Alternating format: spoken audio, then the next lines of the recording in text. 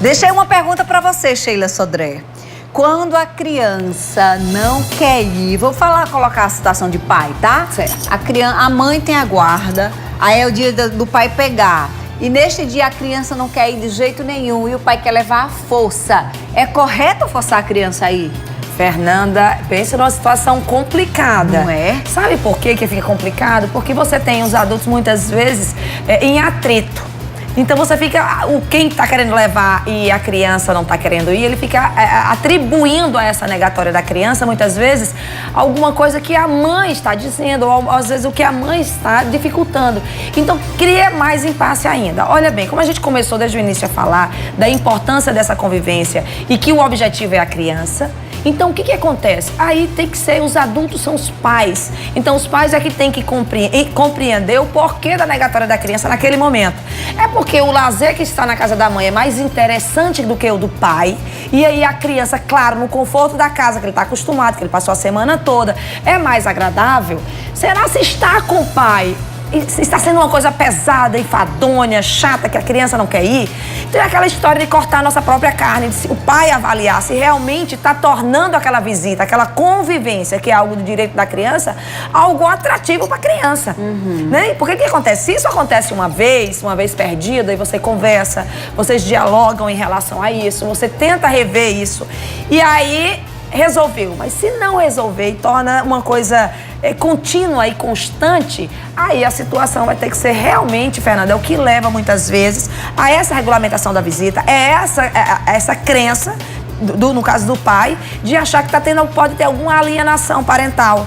Pode ser que a criança não está sendo, por exemplo, estimulada a viver com o pai, a conviver, essa convivência. Sempre acontece isso, né, Sheila? Exatamente. Às vezes é um dia que especificamente a criança não quer ir. Olha a compreensão, Fê. Olha a história do diálogo, como é importante. A gente fala muito aqui dessa questão da guarda compartilhada.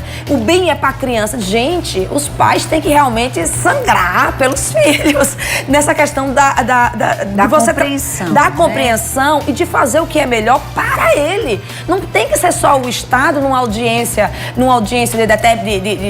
de família para determinar quanto tempo vai, qual o dia que vai pegar a visita, com quem vai ficar, como é que vai ser isso, não.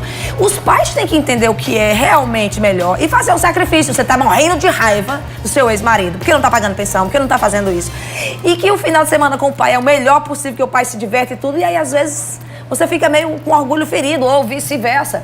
Não pode, a gente tem que engolir a seco, Fernanda, e fazer o melhor pelo bem filho. maior. Exato. Tem um relato de uma telespectadora que diz assim, o esposo dela, pelo que eu tô entendendo, é de relacionamento anterior. Diz que ele tem 2 filhos, aí ele paga o colégio particular, um dos melhores, paga a van, a metade da alimentação, ainda deposita um valor de R$500 para ajudar lá na casa, mas a mãe dos meninos não deixa o pai fazer nada com os filhos, né? Só que quer que ele vá visitar os meninos na casa dela ou na casa da avó. Ele não tem essa liberdade de pegar as crianças e fazer a programação que ele julgar necessário. Ah, Fernanda, como as crianças aí, eles acabam sentindo e ficando prejudicados. Um caso desse é aquela história, não adianta você estar reclamando e se você não age, tá? Então assim, tem uma coisa que a gente não entende, é que muitas vezes a gente vai aceitando uma situação pelo simples fato de não fazer nada. O não escolher já é uma escolha, Fernanda. Eu não fazer nada, isso tá acontecendo há quanto tempo? Será que eu tô fazendo questão realmente de ficar com os meus filhos? Porque se eu tô, meu amigo, que se quando eu brinco muito, um cliente diz que mulher é trem brabo, né? Quando quer uma coisa, implica, vai atrás. Mas quando você quer e você entende a importância que é a convivência do seu filho com a sua relação familiar, para que ele cresça, pegando o que você tem de melhor, para que ele possa aprender com você, aquela história, herdar, se sentir amado e no futuro não ser uma criança insegura, com um problema por falta dessa ausência, né, de convivência. Você tem que brigar por isso, gente. O judiciário, o Estado, na pessoa do judiciário, tá para isso. Porque numa audiência onde vai estar presente o Ministério Público, onde vai estar os cônjuges, e muitas vezes ali, às vezes quando é necessário até um psicólogo, claro que é importante, claro que você tem que demandar, sim, em juízo, e exigir que a visita seja livre, Fernanda, a não ser salvo, Fernanda, que exista caso de algum tipo de abuso. Caso em que fique comprovado que a convivência da criança com o pai, com o genitor, com a família do genitor, com a sogra, com a madrasta, seja algo danoso para a criança por conta de históricos, por conta de provas, por conta de Mas mil isso e uma coisa. um outro contexto, né? Exatamente. E isso tem que Até ser isso acontecer. É muito tempo aí, né? Exatamente. E outra coisa que tem que ser levada em consideração também é a natureza do trabalho dessa pessoa que vai pegar o filho. Por exemplo, tem uma telespectadora que partilha conosco, o pai da criança trabalha no navio.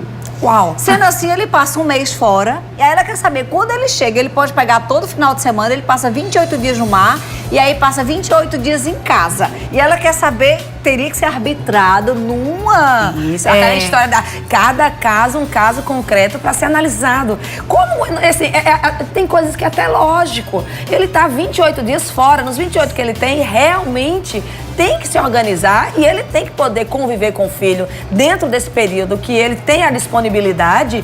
E as coisas, gente, criança não é para ser enganada. Você só tem que adaptar, Fernanda, o conteúdo da conversa para a idade mental da criança.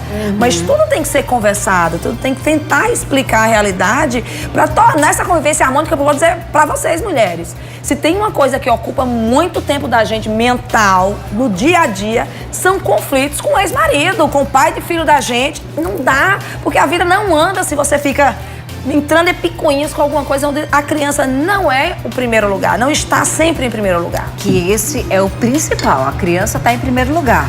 Por exemplo, tem uma telespectadora que partilhou conosco a história dela. O pai abandonou a bebê, né, a filha dela, e só vai aparecer 3 anos depois. E aí ela quer saber, ele tem esses mesmos direitos? Olha, Sheila, se depois de 3 anos ele apareceu, que bom que ele apareceu. Ótimo. É isso que você tem que pensar, não é o que ele aconteceu no passado. É o que pode recuperar agora. Tem os direitos? Tem, não tem, Sheila? Tem sim, Fernanda, tem o direito sim de todas as coisas, tanto da pensão como da convivência. E como a Fernanda acabou de dizer, que bom que ele apareceu. Gente, pensa no lugar da criança, quantos adultos que a gente conhece que foram abandonadas emocionalmente pelos pais e o quanto que isso faz falta na vida delas. No discurso, na conversa, nas escolhas do futuro. Eu tô aqui diante de uma psicóloga que mais do que ninguém sabe das dores da alma de quando senta. Sabe por que eu tenho uma empatia total por criança e na faculdade eu me dava muito bem nos projetos que envolviam criança, mas sabe por que eu não decidi atender criança? Porque a maioria dos problemas da criança não tá nela, tá nos pais. Então a gente faz um trabalho incrível dentro do consultório, quando a criança volta para casa, tudo é desfeito por conta dos pais. Então eu disse, não, eu quero que meus pacientes andem, caminhem, evoluam, por isso que eu decidi atender adulto. Mas preste atenção, se nessa busca para atingir o outro por tudo que foi feito, pela maldade às vezes até, não atinge são o reais. filho ou a filha, não é? Exatamente. Pessoas bem resolvidas e felizes não infernizam a vida dos outros. Vai prestar atenção a isso, não é você que está infeliz e quer infernizar a vida de outra pessoa. Tema gostoso de falar, né, amiga? Beijo, meu amor.